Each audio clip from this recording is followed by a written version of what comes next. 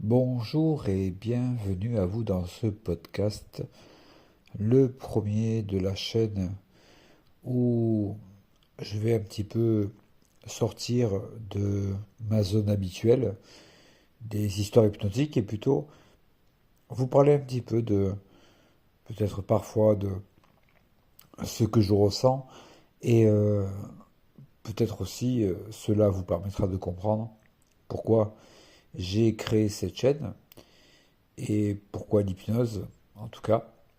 Et ce podcast va parler brièvement, je ne vais pas non plus en faire des tonnes. Je ne voudrais pas monopoliser, en tout cas, trop de votre temps. Mais en tout cas, voilà, je m'appelle Florian, ça fait quelques années que je fais de l'hypnose. J'ai pratiqué toutes les hypnoses qui existent parce que je suis un passionné. Et puis surtout, j'ai toujours voulu aider les gens et trouver les bonnes techniques pour aider tout le monde, même si on ne peut pas convenir à tout le monde, parce qu'il y a autant de techniques que d'êtres humains sur Terre, un peu comme si chacun avait sa propre méthode pour faire des réglages inconscients, conscients et subconscients. Et c'est pour ça que pendant toutes ces années, j'ai œuvré pour apprendre un maximum de techniques, pour ne passer à côté de rien. Et je pense qu'en faisant les séances, quand on expérimente, pratique, c'est la pratique, hein, l'exercice tous les jours, le quotidien, l'entraînement en fait qui amène à mieux comprendre les mécanismes, même si on les comprend jamais tout à fait, et tant mieux parce que ça nous permet toujours de rester sur cette soif d'apprendre et de connaître l'autre dans ses modes de fonctionnement, sans vraiment connaître son parcours de vie, mais plutôt connaître comment fonctionnent ces mécanismes de protection, euh, les émotions, qu'est-ce qu'elle y gagne quand elle fait une séance, etc. Donc, euh, et j'en suis venu là il y a quelques mois à m'orienter vers l'histoire hypnotique parce que pas mal de confrères, consoeurs, hein, on ne se connaît pas, mais euh, utilisent ce système d'histoire hypnotique à leur façon, avec leur propre ressenti. Et du coup, j'ai trouvé ça super intéressant. Et avant même de construire avec ce dont la personne m'a inspiré, parce qu'on a toujours des gens qui nous inspirent. Pour le coup, voilà. Je vais même vous dire son nom parce que c'est une femme que je trouve exceptionnelle. Elle s'appelle Camille Griselin. Euh, je me suis jamais formé chez elle. Je pense qu'un jour ça viendra. Mais les séances qu'elle fait m'ont permis de comprendre qu'il n'était pas nécessaire de se mettre une pression dans une séance d'hypnose, hein, quand on l'a fait avec quelqu'un. En tout cas, moi, en tant que client en hypnothérapie, de forcément se relaxer ou rentrer dans un lâcher-prise que tout le monde souvent a peur de ne pas obtenir par rapport aux séances. Et ça m'a permis de faire des réglages grâce aux histoires qu'elle a racontées, à sa façon bien sûr, hein. Parce que je trouve que ça met du positif en fait. Et on reste concentré sur le positif. Voilà. Donc, comme tous, hein, on a tous eu, et moi pareil, un parcours avec des événements tragiques, des souvenirs douloureux.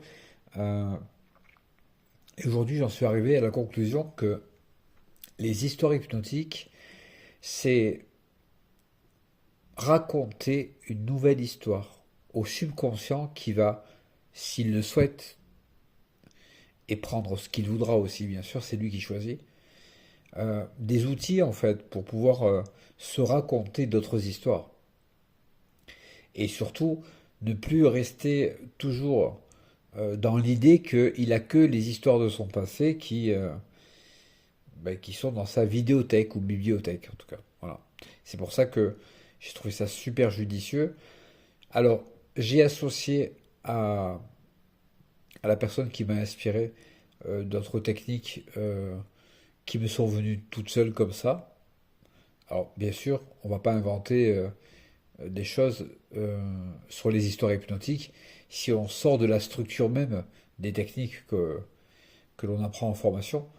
Et j'ai trouvé que c'était arrivé à point nommé cette chaîne, ces séances d'histoire hypnotique, parce que ça m'a permis aussi de m'obliger et en même temps d'être content aussi, très heureux, de développer plus de créativité, d'y entremêler les personnages de Disney.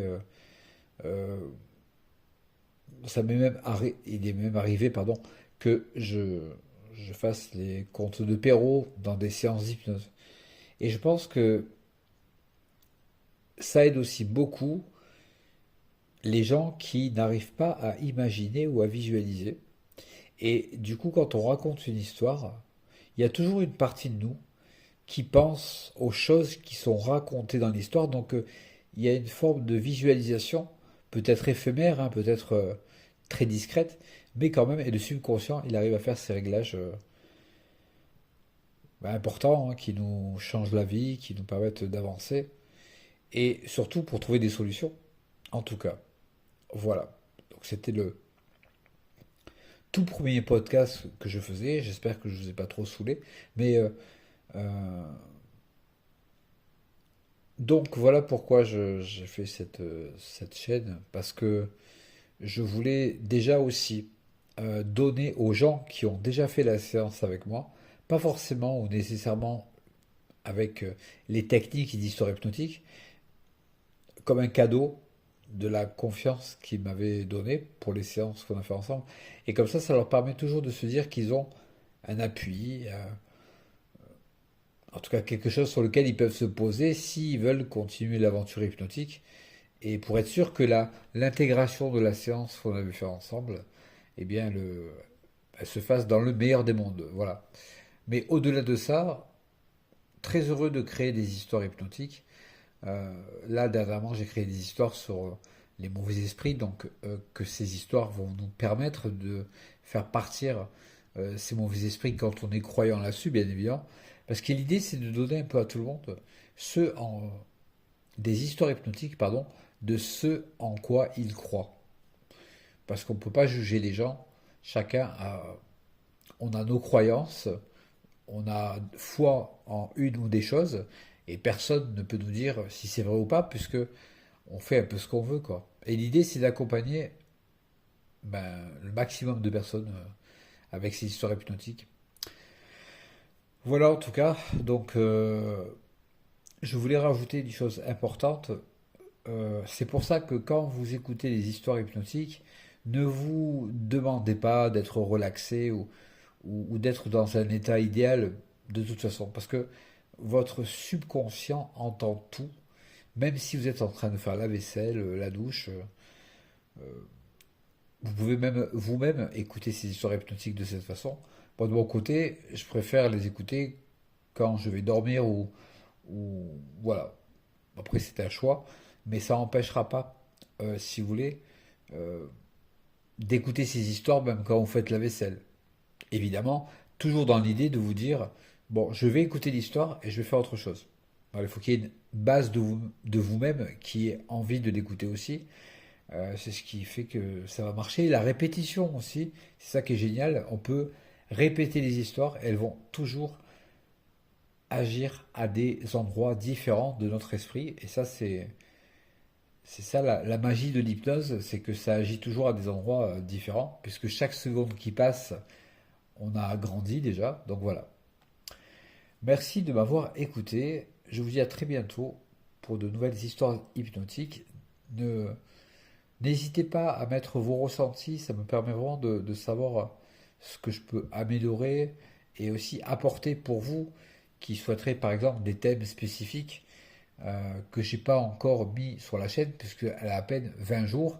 Voilà, donc je compte sur vous et vous abonner aussi pour les notifications. Et dès que je peux, très bientôt d'ailleurs, je vous remets une autre histoire hypnotique un peu plus longue que la dernière que j'ai mise. Merci, prenez soin de vous et à très vite.